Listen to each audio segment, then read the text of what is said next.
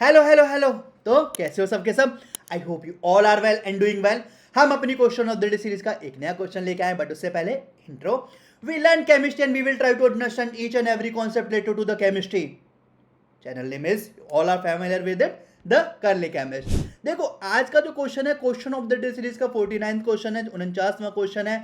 1994 में क्वेश्चन पूछा गया है, लेकिन इस क्वेश्चन में सिर्फ मोल कॉन्सेप्ट नहीं है, इस क्वेश्चन में साथ में क्या है, आपका पी ब्लॉक इनबिल्ट है। ठीक है, क्वेश्चन थोड़ा सा लेंदी है, बट उससे ज़्यादा क्या है, उससे थोड़ा सा ज़्यादा कंफ्यूजिंग है।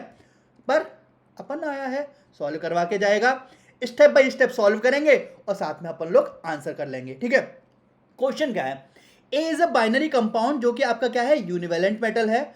1.422 ग्राम ऑफ ए रिएक्ट करता है completely with 0.321 gram of sulphur in an evacuated and sealed tube to give 1.740 gram of white crystalline solid B.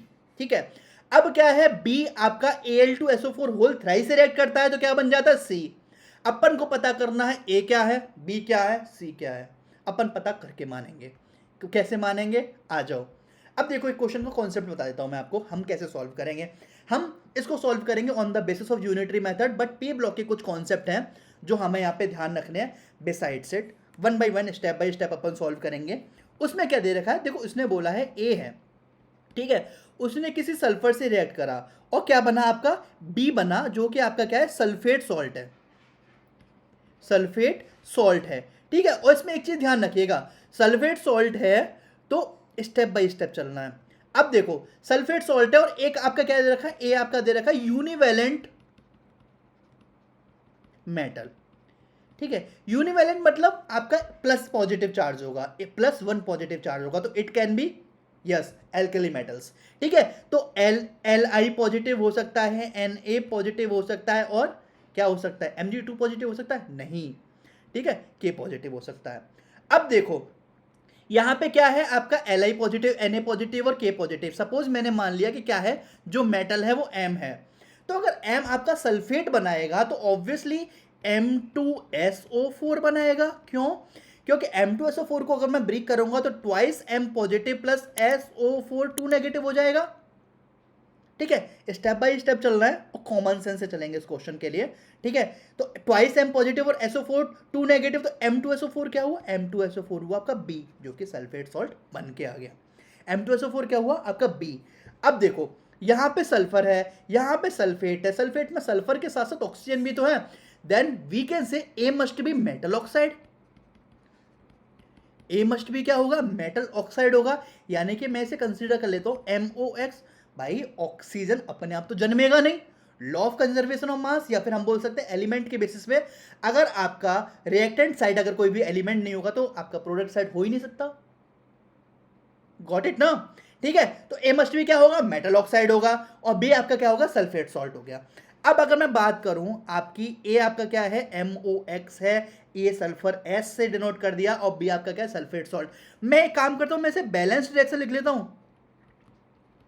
Balanced reaction क्या होगा इसका, ट्वाइस MOX आपका रिएक्ट कर रहा है S से, तो क्या बना रहा है, M2SO4 बना रहा है। या थोड़ा और open up, twice MOX react कर रहा है 1 मोल ऑफ सल्फर से, तो 1 मोल ऑफ M2SO4 बना रहा है। बिल्कुल कॉमन सेंस से उठे। अगर हम कॉमन सेंस से उठे तो वैल्यू रख दीजिए, और ध्यान से वैल्यू रखिएगा। 1.422 ग्राम ए रिएक्ट कर रहा है, तो ए यानी कि MOX है, तो ये कितना है, 1.422 ग्राम है। Sulphur react with completely 0.321 gram of sulphur, तो ये कितना है, 0.321 ग्राम सल्फर है। और क्या बना रहा है, 1.743 gram of white crystalline solid of B बना रहा है, तो बी आपका M2SO4 है। वैल्यू समझ के रखी अपन लोगों ने, वैल्यू समझ के रखी। अब देखो हमें क्या करना है, यहां पे इनका मास दे रखा है। ठीक है, मास के बेसिस पे कॉन्सेप्ट समझना, मैं कॉन्सेप्ट को कैसे घुमा के लेके जाऊंगा, मैं थोड़ा आइडिया दे देता हूं मैं कैसे घुमा के लेके जाऊंगा।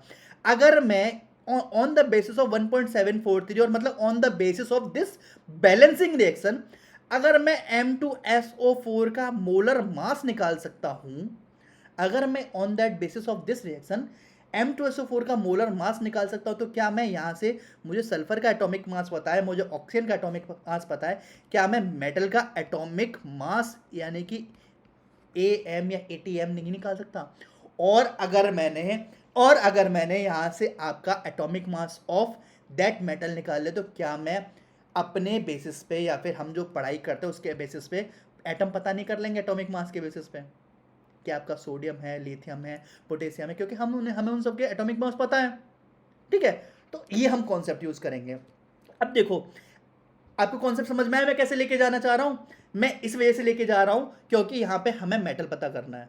मेटल के बेसिस पे मेटल ऑक्साइड पता चल लेंगे, मेटल ऑक्साइड की बेसिस पे मेटल सल्फेट आपको पता चल जाएगा, और उसके बाद हमें सी से भी तो रिएक्शन करानी है नहीं, उसके बाद हमें Al2SO4 होल थ्राइस से रिएक्शन करानी है जिससे हमें सी पता चलेगा। क्वेश्चन समझ में आया? आ जाओ। तो देखो, बैलेंस रिएक्शन के बेसिस में मैंने वैल्यू लिख ली। अब देखो 0.321 सल्फर है और M2SO4 कितना बना, 1.743 ग्राम। तो क्या मैं लिख सकता हूं, उससे पहले अगर मैं बात करूं 1 मोल सल्फर का मास कितना होता है, 32 ग्राम। अब आ जाओ रिएक्शन पे, 1 मोल सल्फर का मास क्या है, 32 ग्राम। तो मैं on that basis of this things क्या मैं लिख सकता हूं, 0.321 ग्राम सल्फर प्रोड्यूसेस क्या, 1.743 ग्राम ऑफ M2SO4। लिख लो 0.321 ग्राम सल्फर क्या कर रहा है, प्रोड्यूसेस, यूनिटरी मेथड पे आ रहे हैं, ठीक है, प्रोड्यूसेस कितना सल्फेट बनना है, 1.743 ग्राम M2SO4। अगर मैं यहां से 1 ग्राम सल्फर प्रोड्यूस करूंगा तो कितना होगा, 1.743 ग्राम M2SO4 divided by 0.321, simple unitary method. और 1 मोल सल्फर यानी कि 32 ग्राम।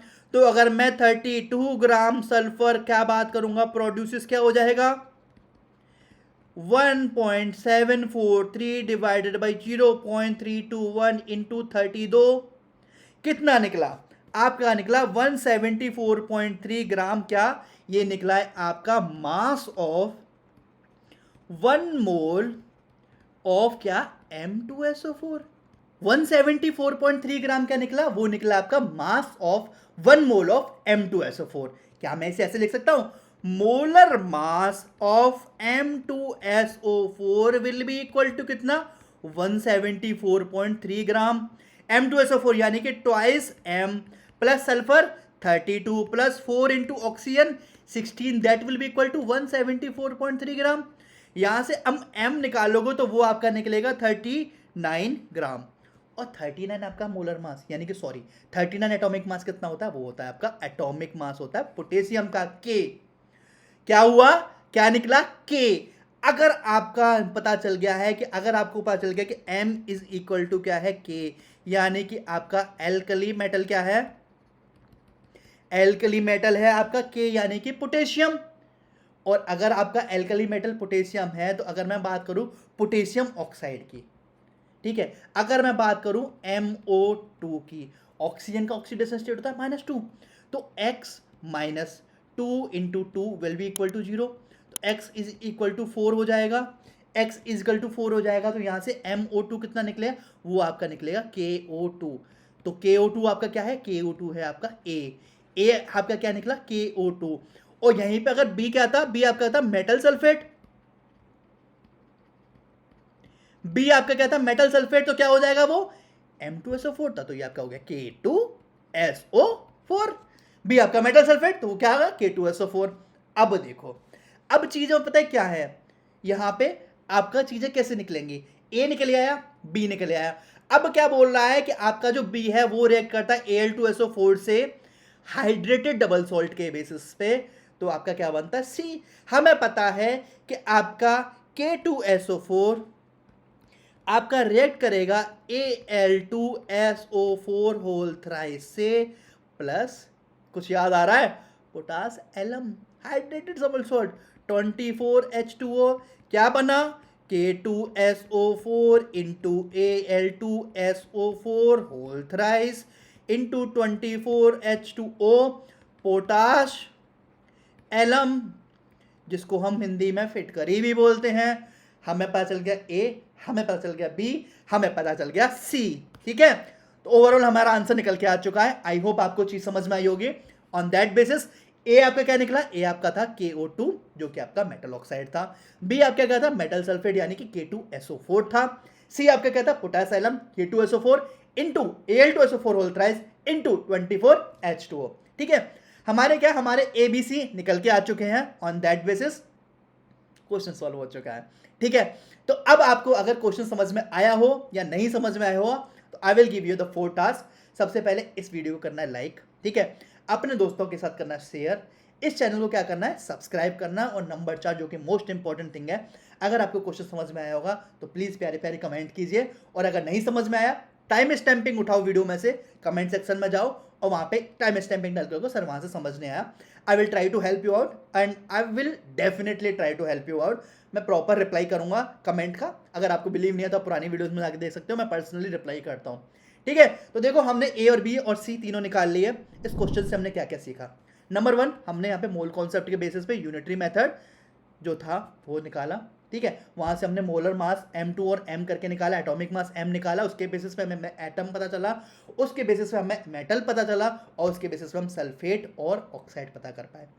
ठीक है, यहाँ पे मैं थोड़ा सा आइडिया लगाया आपको क्या यूनिवेलेंट मेटल का, कि कैसे आप कर पाओगे। मेटल ऑक्साइड निकला, पोटासिलम हमारा आंसर ऑप्शन नंबर सी, यार ऑप्शन नंबर सी तो नहीं बोलूंगा, product C was the answer of the potassium. And last we did the mathematical tool, on that basis हमने क्वेश्चन सॉल्व किया। तो यस, आई होप आपको क्वेश्चन समझ में आया होगा। एट लास्ट हम क्या बोलते हैं, चलो मिलते हैं इसी गली चौराहे पे, bye bye. I don't ever slow up, no I don't take shit. I got no love for the fakeness. If you wanna play tough and wanna hate this, I'll always show up. I don't ever slow up, no I don't take